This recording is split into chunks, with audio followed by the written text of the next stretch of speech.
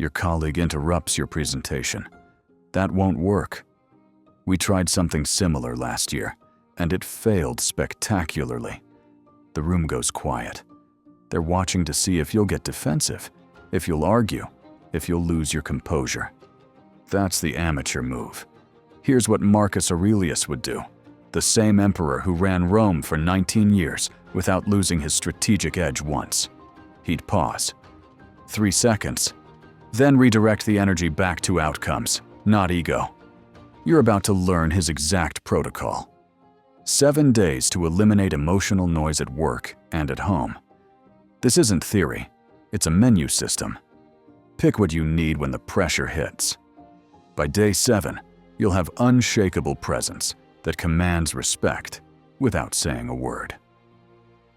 Quick note, there's a bonus chapter at the end that shows you how to apply this in your private life too. Same principles, different battlefield.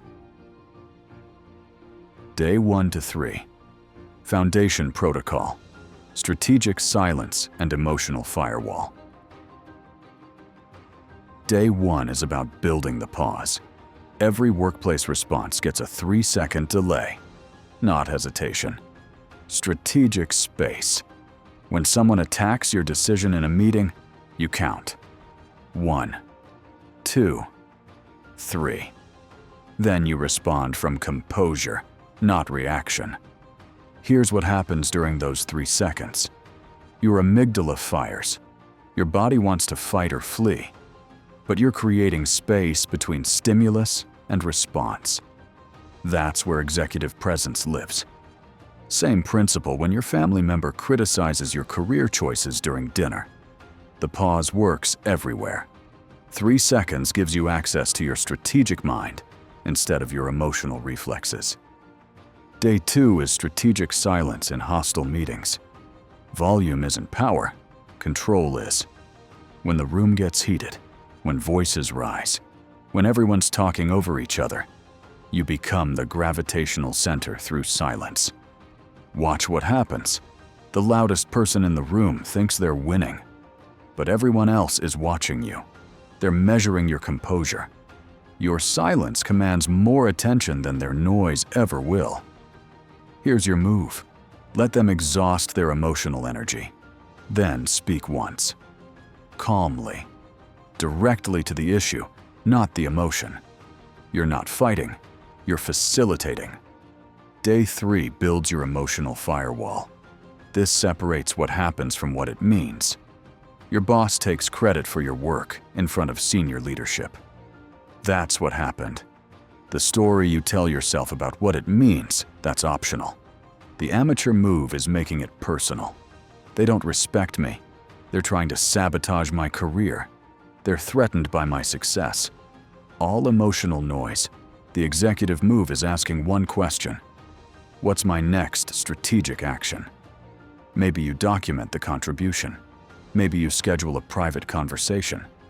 Maybe you let it go because the long-term relationship matters more than short-term recognition. Notice the pattern here. You're separating facts from feelings, events from interpretations, what happened from what it means about you. This works in private situations too. Your spouse dismisses your concerns during an argument. The fact is, they disagreed. The meaning you assign, that's where your power lives. Epictetus taught this exact principle 2,000 years ago. Some things are within our control, others are not.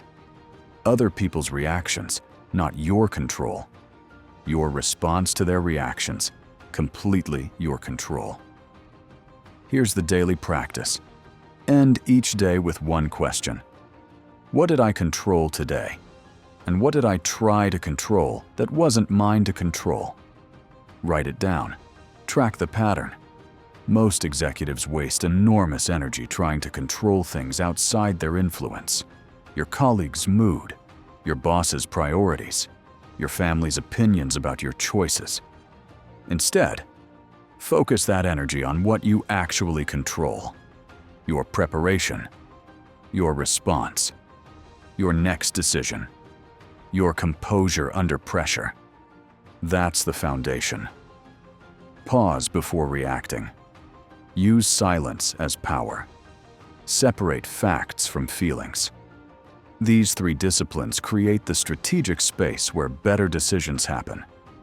Tomorrow, we'll show you how to redirect workplace attacks into opportunities.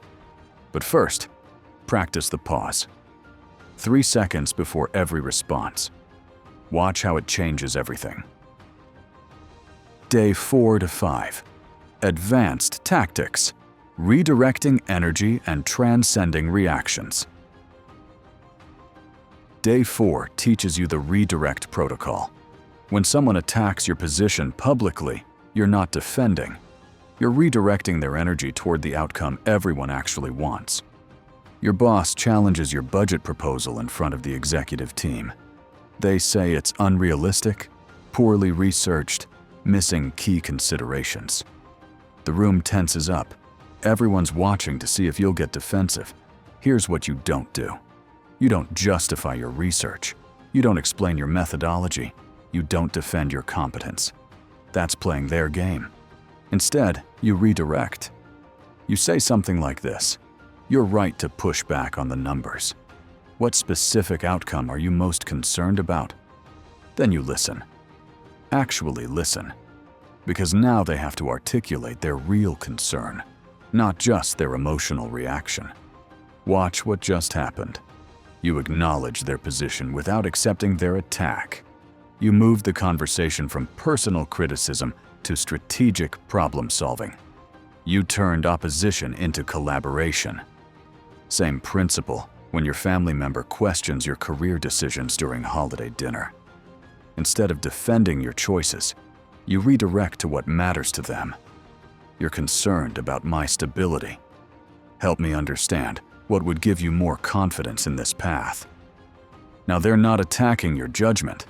They're helping you solve a problem they care about. That's the power of redirection. Seneca used this exact technique in Nero's court. When senators challenged his policies, he didn't defend his position. He redirected to the empire's needs. What serves Rome best? Not what makes Seneca look good. Day 5 is about transcending the need to be right. This is where most executives fail. They win the argument and lose the relationship. They prove their point and damage their influence. Here's the trap. Someone presents information that contradicts your analysis. Your ego wants to prove them wrong. Your strategic mind knows that being right matters less than achieving the outcome. Quick question. What's more valuable?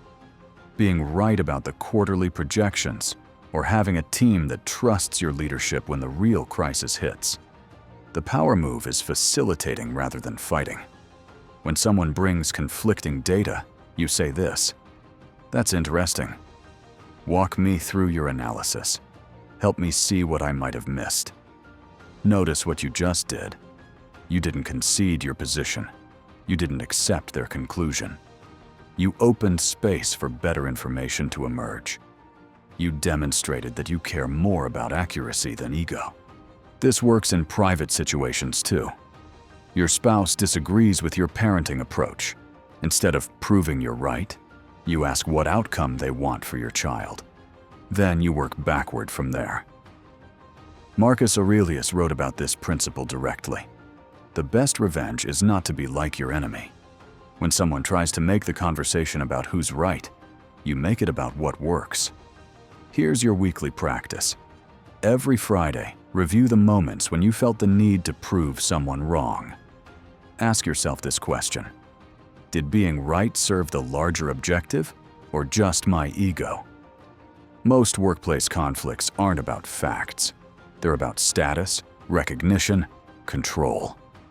When you transcend the need to be right, you access a different kind of power. The power to influence outcomes instead of just winning arguments. That's advanced tactics. Redirect attacks toward shared outcomes. Transcend the need to be right in favor of being effective. These moves separate executives from managers, leaders from individual contributors. Day 6 to 7. Mastery integration. unshakable presence and strategic communication. Day 6 builds unshakable presence through daily Stoic practices. This isn't about meditation or journaling. It's about training your nervous system to stay calm when stakes are highest. Every morning, spend 5 minutes visualizing the day's pressure points. The difficult conversation with your boss, the presentation to skeptical stakeholders, the family discussion about finances. See yourself responding with composure, not reaction. Visualization isn't wishful thinking. It's mental rehearsal. When the actual moment arrives, your nervous system recognizes the pattern. You've already practiced the calm response. Here's the evening practice. Before bed, review the day's emotional triggers. When did you feel reactive? What would the Stoic response have been? You're not judging yourself. You're training pattern recognition. Day 7 is strategic communication, saying less while commanding more respect. Most people think influence comes from talking more, explaining more, convincing more. That's backwards. Real influence comes from precision. When you speak, people listen because they know you don't waste words. When you ask questions, people think harder because they know you're going somewhere specific. Here's the scenario. You're presenting to a hostile board during a crisis. Revenue is down. Investors are nervous. Everyone wants answers, solutions, someone to blame. The amateur move is over-explaining, justifying every decision, defending every choice, providing endless context and background. The executive move is the 3-part response framework. First, acknowledge the reality without drama. Revenue is down 15% from last quarter. Second, state your next action clearly. We're implementing cost controls and accelerating the product launch timeline. Third, define the timeline and accountability. I'll have updated projections to you by Friday. Notice what you didn't do. You didn't explain why it happened. You didn't defend past decisions. You didn't promise everything would be fine. You stated facts, actions, and accountability. That's executive presence. Same framework works at home. Your teenager is failing chemistry. Acknowledge the reality. Your grades are affecting your college options. State the action. We're getting you a tutor and creating a study schedule. Define accountability. We'll review your progress every Sunday for the next month. The integration protocol makes these responses automatic, not forced. You're not acting like a Stoic. You're developing Stoic reflexes through consistent practice. Emergency protocol for unexpected high-stakes moments. When something blindsides you, use the acronym SPACE. Stop talking. Pause 3 seconds. Acknowledge what you heard. Choose your response strategically. Execute with confidence. Your call. Key takeaway. Emotional noise elimination creates strategic space for better decisions. When you stop reacting to every provocation, every criticism, every unexpected challenge, you access a different quality of thinking. The bonus chapter shows you how these same principles transform your private relationships. Same techniques, different context. Marriage conflicts become strategic conversations. Parenting challenges become leadership opportunities. Family dynamics become practice grounds for executive presence. Start applying what you learned today. Pick one technique, use it this week. Notice what changes. If you're serious about advancing with ancient wisdom that actually works, subscribe to Stoic Exec. Comment which day you're starting with.